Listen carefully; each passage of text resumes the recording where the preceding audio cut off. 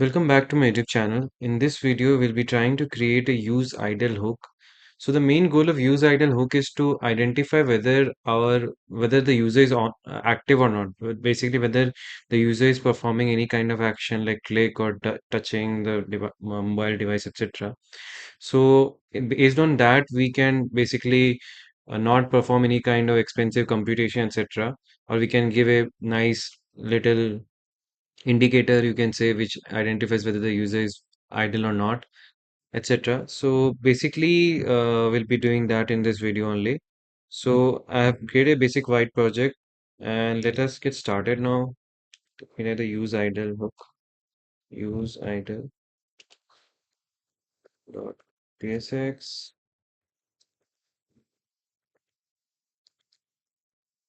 Let me use this hook also, use idle.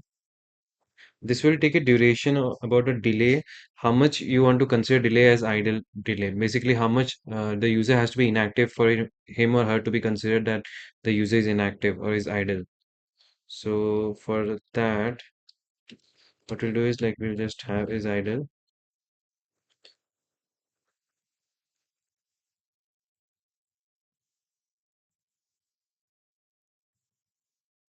If is idle is true, then idle, otherwise active. Here I have to give a delay also in the use idle. So let me give a delay, and this is gonna be a number. So what is the logic here? So the main logic is like we'll be always be running a timer, and we'll be checking for event listeners. First, we'll whenever this hook gets registered, we'll start a timer with some delay of whatever amount has been specified in the hook, and and if any action is performed before the timer, before the invocation of the timer happens, we'll be basically reset the timer and again restart a new timer, and we'll continue this process ongoing. So the reason, because of this, there always be one timer always running, which will tell us whether it's active or not. If it is not clear, then to stay till the end, because it will become clear. I hope it will become clear by the end of this video. Anyways, let me have a timer because of that reason. And let me have a state also. So let me first create the state. Use state. By defaults, it will be false because the user has just opened the website or has opened or basically the app has just invoked, or the project has just been created. So that's why we will not be having it idle. It will be active only.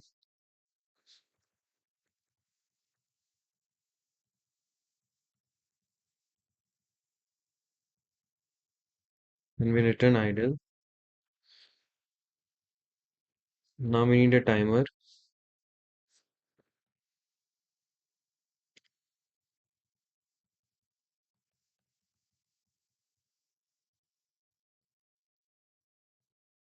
It will be either number or undefined, the default value.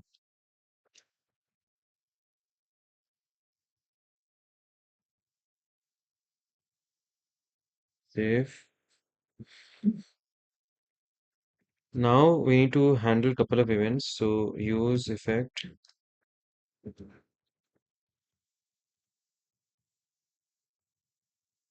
I'll be writing those events in one shot.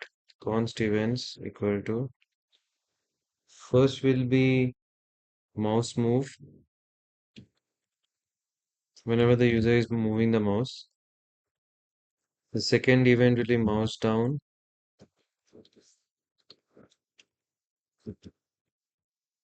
Third is if the user does any key press. Sorry about that. Otherwise, any wheel action, like if the user is moving the wheel of the mouse. And obviously the touch actions, touch, start,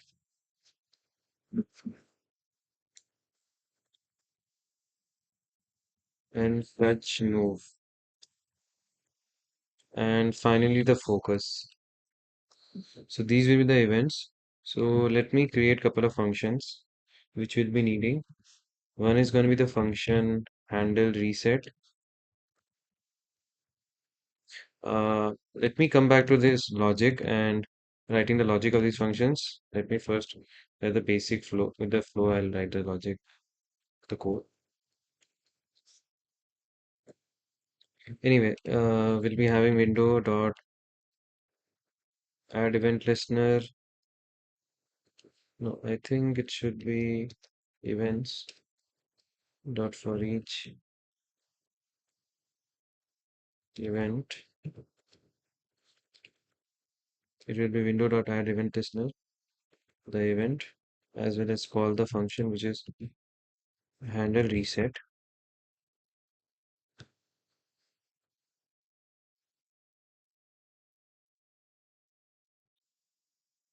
And will be whenever this use effect gets returned, or whenever the cleanup is happens for this use effect, I would like to remove this event also. So let me add the same logic,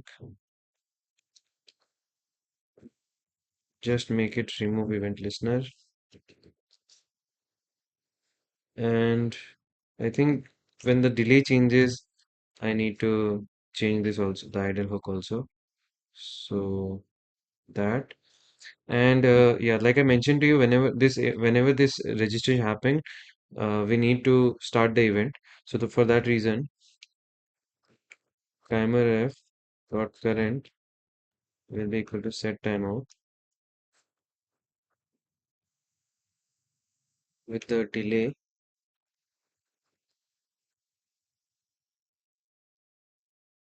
and this will put the set is idle to true.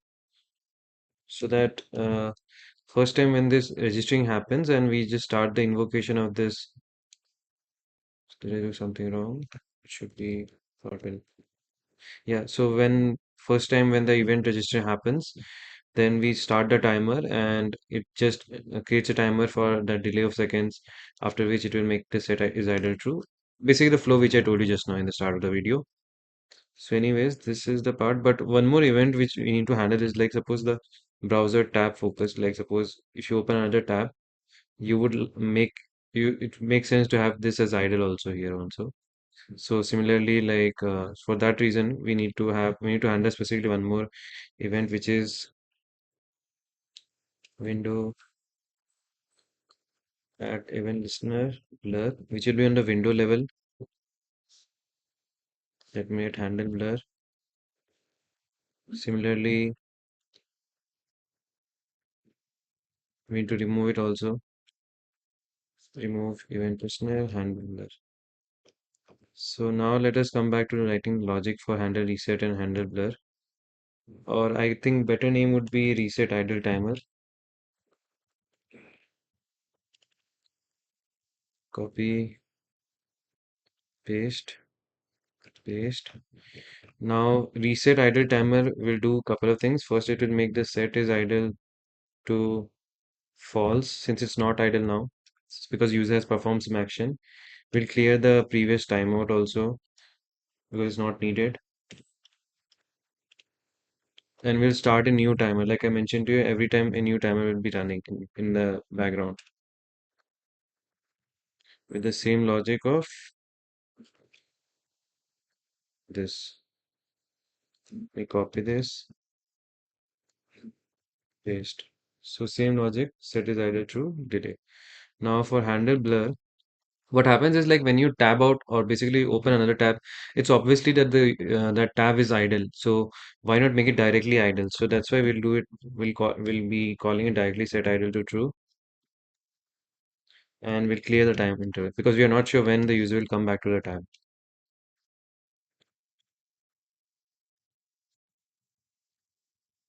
So let me see if I've missed on anything.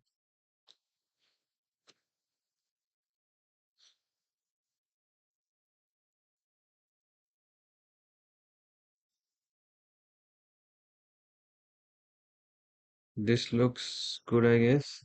And there might be more couple of events which I missed out purposefully because I felt they were not needed, maybe for IE Explorer, etc. But I don't think it's needed. But if you want to add, you can add them. The logic will be same. But anyways, let us come back here. So by default, first time Let me refresh. It's going to be active. I'm not doing anything for 2 seconds. It became idle. I scroll mouse. Okay. Now again I did space. It became active.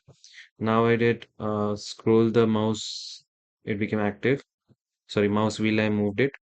So anyways, uh, so now if I go to another tab, okay, now come back. It will be for a split second, but it should be idle. I don't know. Yeah. There might be some here and there issues, but mostly you understood what is the thing which I was trying to point out at. And the logic is also fine, I guess. Window.add event listener handler. It should be set on. Anyway, I think that was it for this video and hope to see you in other videos as well. And bye.